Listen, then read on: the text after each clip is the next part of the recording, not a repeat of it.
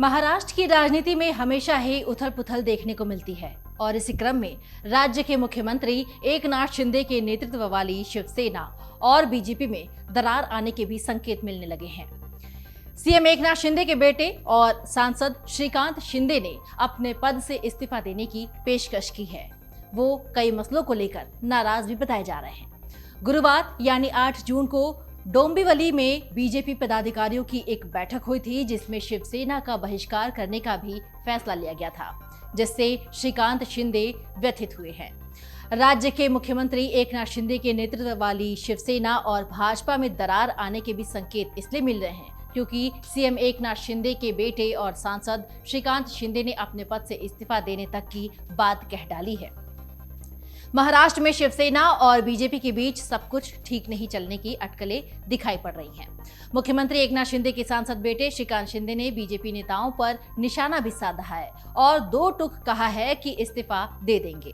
शिवसेना सांसद श्रीकांत शिंदे ने शुक्रवार को कल्याण डोंबिवली यूनिट के बीजेपी नेताओं पर हमला बोलते हुए कहा कि कुछ नेता हैं जो कि सेल्फिश पॉलिटिक्स कर रहे हैं।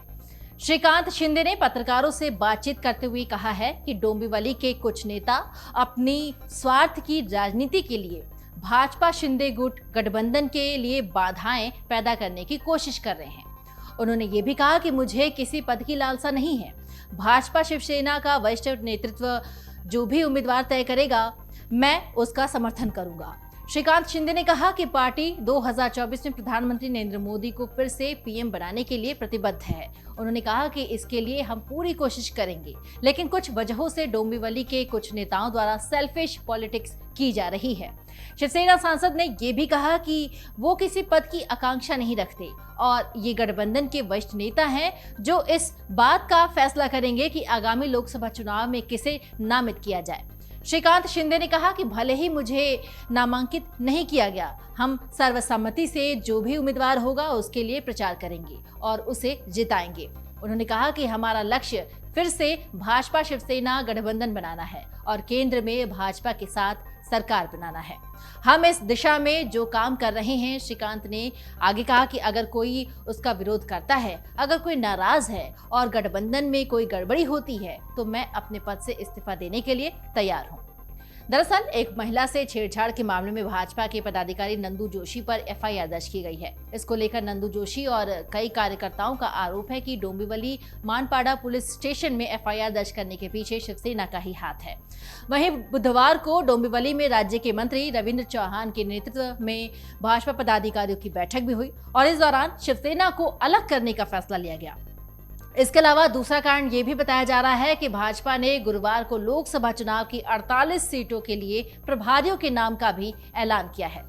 महाराष्ट्र में बीजेपी ने गुरुवार को यानी 8 जून को राज्य की 48 लोकसभा सीटों और 288 विधानसभा सीटों के लिए चुनाव प्रमुखों की घोषणा की है और इसके लिए प्रदेश के बीजेपी अध्यक्ष चंद्रशेखर बावनकुले ने कहा है कि मुख्यमंत्री एकनाथ शिंदे की शिवसेना के साथ गठबंधन में उनके और उप मुख्यमंत्री देवेंद्र फडणवीस के नेतृत्व में चुनाव लड़ा जाएगा।